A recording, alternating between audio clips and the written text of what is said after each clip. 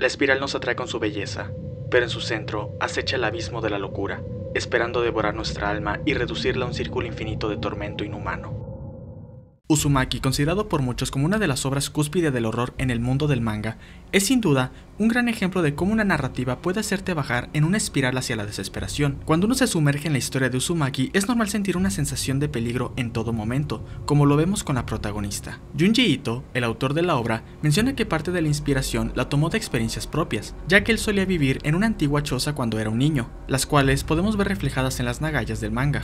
Cabe aclarar que para este video no tomaré en cuenta el anime producido por Adult Swim, el cual sin duda entra en una de las mayores decepciones del año. Evidentemente, dicho anime es una espiral al horror de la calidad, que dando una breve explicación a lo sucedido es que les redujeron el tiempo y por ende el presupuesto, y como quisieron que el proyecto saliera más rápido ya que el primer capítulo tardó bastante en desarrollarse, porque ya saben que la fórmula es tiempo por dedicación igual a calidad, algo que los productores de muchas compañías no entienden, por lo que al equipo de animadores les dieron tres opciones. La primera, solo emitir el primer capítulo; la segunda, cancelar el proyecto; y la última, emitir 4 capítulos, sabiendo que solo el primer capítulo tendría una calidad digna. De acuerdo con Jason DeMarco, director ejecutivo de la serie, comenta que escogieron esta última opción por respeto al duro trabajo que tuvieron, siendo específicos por el primer capítulo, ya que se nota la dedicación que le pusieron.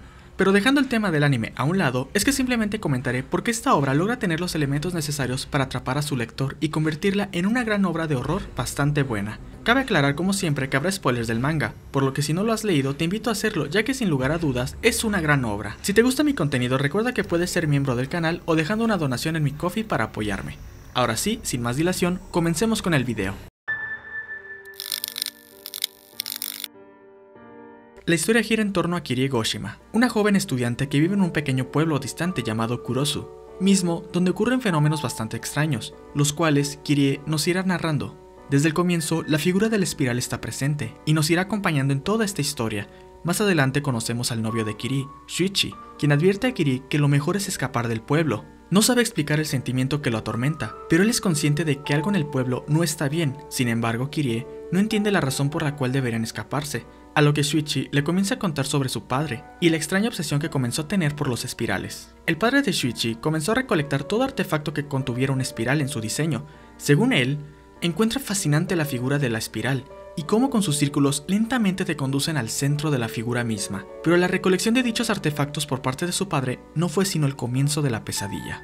Shuichi sabe que esto es debido a que hay una especie de maldición en el pueblo y tiene que ver con los espirales, por lo que le comenta a Kirie que observe una corriente de agua y cómo en dicha corriente se forman pequeños remolinos en el agua, así como las extrañas tormentas pequeñas en forma de remolinos que aparecen a cada rato en el pueblo. En una ocasión, el padre de Shuichi fue a visitar al padre de Kirie, ya que este último era alfarero, por lo que le pidió que le hiciera una vasija con espirales. El padre de Kirie, extrañado, acepta el encargo, pero cuando Kirie le lleva el encargo al padre de Shuichi, este simplemente lo rechaza, porque según él, dice que ya no necesita cosas con espirales, debido a que él puede representar la espiral con su propio cuerpo. Y esto fue literal, pero la peor parte se la llevaría a su propia familia, ya que cuando su esposa e hijo vuelven a casa, se encuentran con una imagen que ambos jamás podrán olvidar. En medio de una habitación, una gran tina de madera se encontraba cerrada, esperando ser abierta. Es solo cuando la madre y Shuichi la abren que descubren una imagen que quedará impresa en sus mentes. El padre se había roto todos los huesos del cuerpo y deformado para que su cuerpo quedara en forma de espiral dentro de la tina de baño. La imagen mórbida de quien alguna vez fue su padre yacía ahí, deformada y sin vida. Con esta historia inicia Uzumaki, que a mi parecer es una forma increíble y posiblemente uno de los mejores capítulos del manga.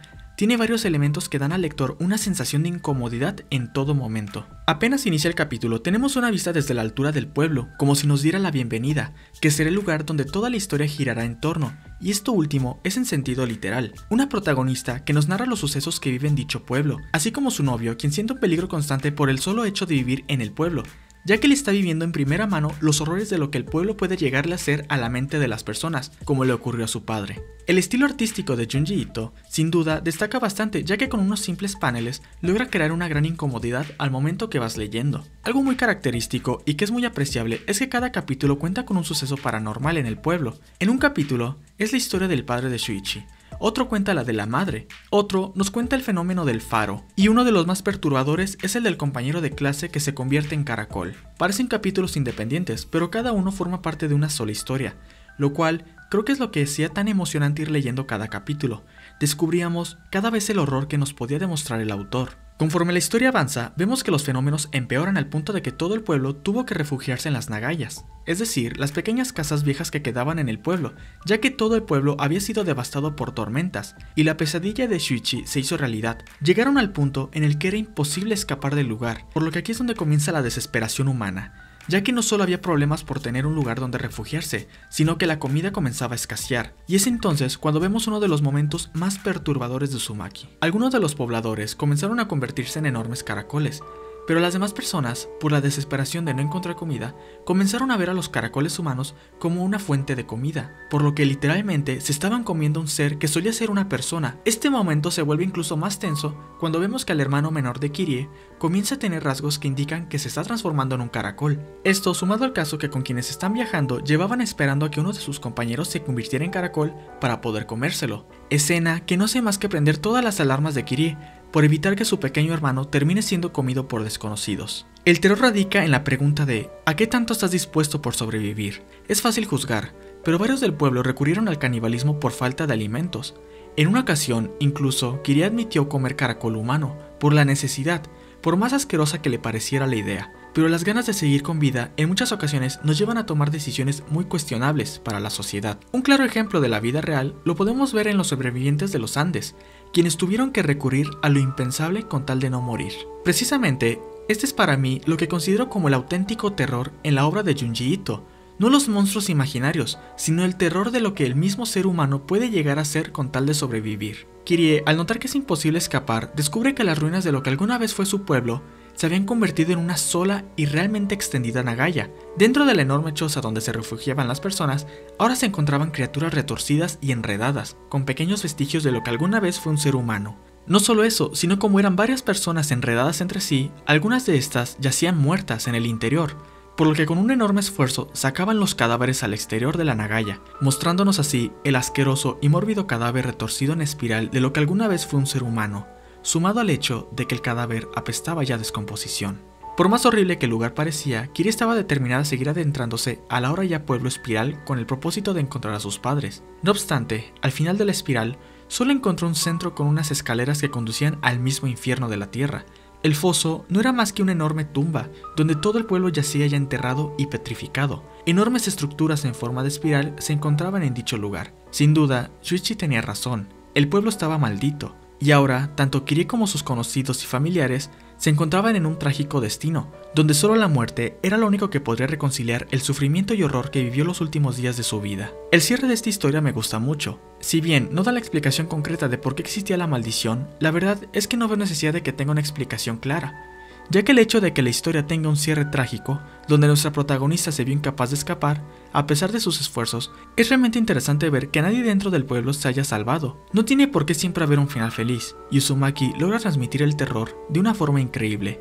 Como les comenté, el verdadero terror lo podemos encontrar en las personas mismas. Por eso la pregunta de ¿qué estás dispuesto a hacer con tal de sobrevivir? La historia nos ha mostrado que los verdaderos monstruos no son las criaturas mitológicas, sino que el mismo ser humano es capaz de hacer cosas tan horribles que la primera vez que escuchamos una historia real de lo monstruoso que puede llegar a ser una persona, la verdad nos congela la sangre, ya que caemos en la cuenta que la vida no es tan alegre como se nos fue pintando en la niñez, y descubrimos poco a poco que la historia de la humanidad está llena de innumerables matices. Uzumaki de Junji Ito es sin dudas una obra digna de aplaudir que lamentablemente nadie ha logrado transmitir su esencia en una adaptación a la televisión, y un claro ejemplo es la adaptación que tuvimos de 2024. Así que la pregunta es para ti, ¿qué te pareció Uzumaki?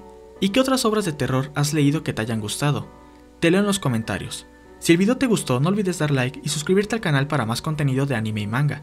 Yo soy Richter y nos vemos en el próximo video.